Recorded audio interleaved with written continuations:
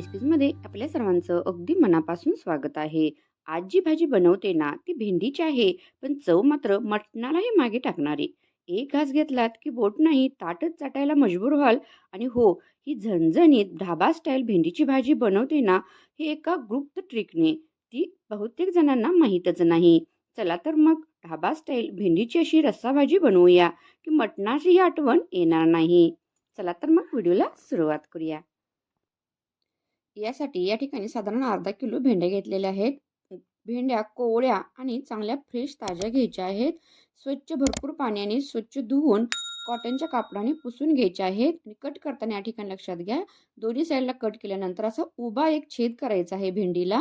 आतून खिडकी वगैरे आहे का, खराब आहे का बघायचं आहे. आणि याचे फक्त असे दोनच भाग करायचे आहेत. म्हणजे अशा साईजमध्ये सगळी भेंडी कट करून घ्यायची आहे.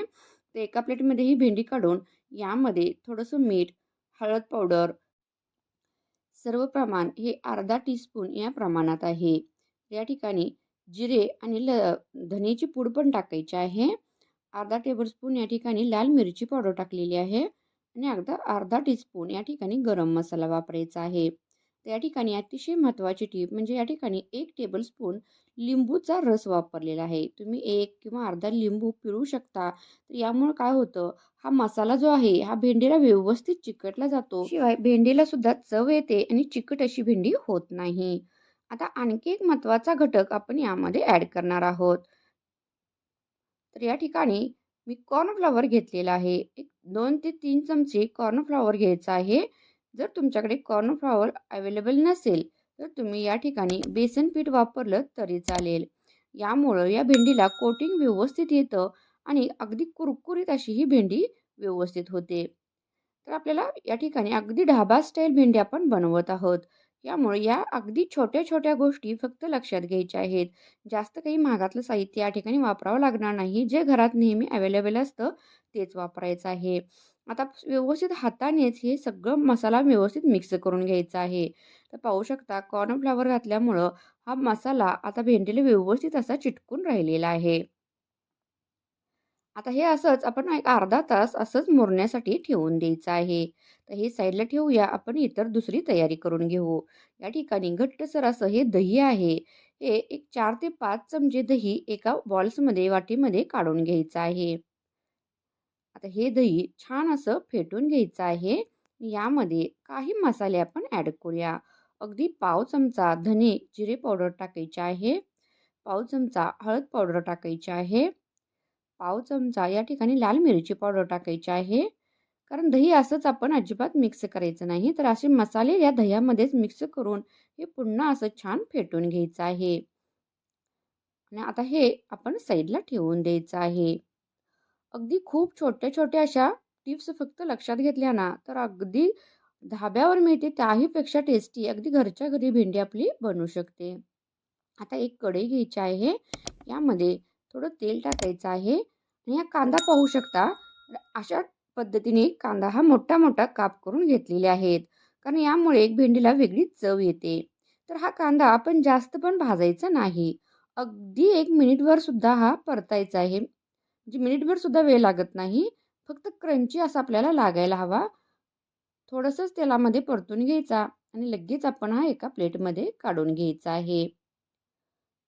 एक वेगळीच भेंडीला ही चव कांद्यामुळं येते.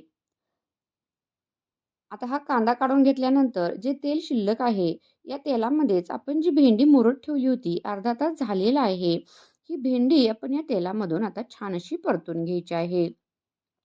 या ठिकाणी सुद्धा अतिशय महत्त्वाची एक टीप लक्षात घ्यायची आहे. भेंडी आपण जास्त वेळ पण भाजायची नाही. अगदी ती काळी पडेपर्यंत अशी भाजायची नाही. गॅस या ठिकाणी फुल ठेवायचा आहे. फुल गॅसवरती सतत हलवत राहायचं आहे. फक्त भेंडीला अगदी थोडीशी भाजली गेली, कलर चेंज झाला, की ही भेंडीसुद्धा आपण एका प्लेटमध्ये काढून घ्यायची आहे. तर या ठिकाणी पाहू शकता आपली भेंडी आता जास्त पण हलवायचं नाही. मसाला पूर्ण निसटला जातो. तर व्यवस्थित काळजी घेऊन हलवलं, की मसाला व्यवस्थित चिटकून राहतो. आता ही पूर्ण भेंडी आपण एका प्लेटमध्ये काढून घेऊयात. तर या ठिकाणी या भेंडीमध्येच हा आपण कांदा जो आपण सुरुवातीला भाजून घेतलेला आहे, तो सुद्धा साईड काढून ठेवायचा आहे. तर पुन्हा गॅसवरती कढई ठेवायची आहे. यामध्ये 3 ते 4 टेबलस्पून तेल टाकायचं आहे. पाव चमचा मोहरी टाकायची आहे. मोहरी तडतडली की या ठिकाणी थोडे जिरे टाकायचे आहेत आणि हिंग अगदी न विसरता हिंग टाका. कारण हिंगामुळे एक छान अशी चव येते. या ठिकाणी 2 ते 3 बारीक चिरलेले कांदे घेतलेले आहेत. आता हा कांदा मात्र अगदी छान गुलाबी रंगावर परतून घ्यायचा आहे. कोणत्याही क्षणी व्हिडिओ थोडा जरी आवडला तर प्लीज व्हिडिओला लाईक करायला विसरू नका. त्याचबरोबर अजूनही चॅनलवर नवीन असाल, चॅनलला सबस्क्राईब केलं नसेल तर प्लीज चॅनलला सबस्क्राईब करा आणि शेजारील बेल आयकॉनची घंटा प्रेस करा. आता या ठिकाणी अतिशय महत्त्वाची अशी टिप सांगणार आहे, की ज्यामुळे आपल्या भेंडीला अगदी ढाबा स्टाईल चव येण्यासाठी या ठिकाणी आलं, लसूण आणि मिरची घेतलेली आहे. तर ही मिक्सरला न लावता आपण अशी खलबत्त्यामध्ये चेचून घ्यायची आहे. यामुळे एक वेगळीच चव येते. तर नक्की अशा प्रकारे खलबत्त्यामध्ये चेचूनच ही वापरायची आहे. ढाब्या स्टाईल चव नक्की येते. तर या ठिकाणी आपलं अगदी छान अशी बारीक आता कुटून झालेली आहे. हे आता आपण या कांदा आपला चांगला भाजला गेलेला आहे. तर या कांद्यामध्येच ही आपण पेस्ट टाकायची आहे आणि अगदी 1 मिनिटभर छान असं परतून घ्यायचं आहे. यानंतर आणखी एक महत्त्वाचा घटक आपण यामध्ये ॲड करणार आहोत. तो म्हणजे टोमॅटोची पेस्ट. तर या ठिकाणी हे टोमॅटोची पेस्ट करत असताना तुम्ही पाहू शकता बीटाचा 1 ते 2 तुकडे छोटे घालायचे आहेत. त्यामुळं या भाजीला कलर खूप छान येतो. कधीही आपण टोमॅटोची पेस्ट वापरत असताना नक्की बीटचा वापर करा. कलर खूप छान येतो. असा वरून आपल्याला कलर घालावा लागत नाही. तर या ठिकाणी टोमॅटोची पेस्ट अशी बनवून घेतली आहे. ती सुद्धा आता आपण या कांद्यामध्ये मिक्स करून अगदी आता 2 ते 3 मिनिटं छान अशी परतून घ्यायची आहे. तर आपण या ठिकाणी कांदा आणि टोमॅटो घातलेला आहे. टोमॅटो घातलं म्हणजे साहजिकच आपल्याला थोडंसं या ठिकाणी मीठ टाकायचं आहे. आता मिठाचं प्रमाण आपण लक्षात घ्यायचं आहे. आपण सुरुवातीला सुद्धा भेंडीला मीठ लावलेलं आहे.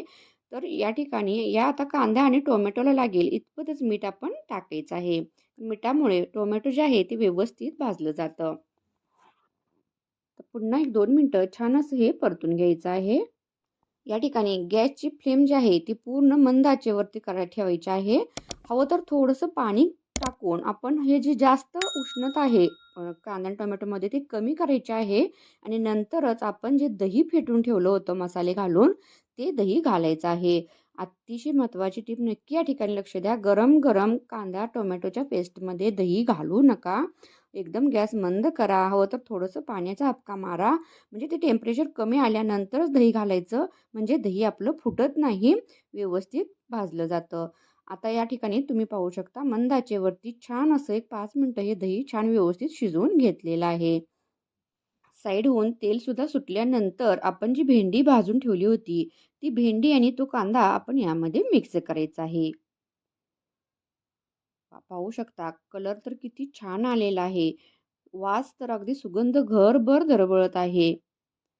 दिसायला सुद्धा किती छान आहे. अगदी जी भेंडी आवडीने खात नाही, ज्यांना भेंडी आवडत नाही, ते सुद्धा आवडीने भेंडी खातील. इतकी अप्रतिम टेस्टी अशी भेंडी बनते. आता एक 2 ते 3 मिनिटं व्यवस्थित हलवून घ्यायचं आहे आणि या ठिकाणी भरपूर अशी आपण कोथिंबीर टाकायची आहे आणि पुन्हा छान असं मिक्स करायचं आहे आणि आपल्याला जर वाटलं की हे खूप सुकं-सुकं कोरडं वाटत आहे, तर आपल्याला जेवढं हवं आहे तेवढं फक्त गरम पाणी या ठिकाणी आता वापरायचं आहे. जर तुम्हाला जास्त ग्रेव्ही हवी असेल, तर आणखी थोडंसं पाणी वापरलं तर चालेल. आपल्या आवडीनुसार हे कमी जास्त पाणी वापरायचं आहे. आता झाकण लावून याला एक 5 मिनिटं मंद आचेवरती छान असे शिजू द्यायचं आहे. तर 5 मिनिटं झाकण लावून शिजवल्यामुळे तुम्ही पाहू शकता, किती छान असं आपलं हे भेंडीची भाजी आता तयार झालेली आहे. छान असा कट पण वरती आलेला आहे. म्हणजे आपली भाजी आता भेंडीची तयार झालेली आहे. ज्वारीच्या किंवा बाजरीच्या भाकरीसोबत ही खूप छान लागते. तुम्ही चपातीसोबत, भातासोबत सुद्धा ही भाजी खाऊ शकता. टिफिनमध्ये देण्यासाठी सुद्धा उत्तम पर्याय आहे.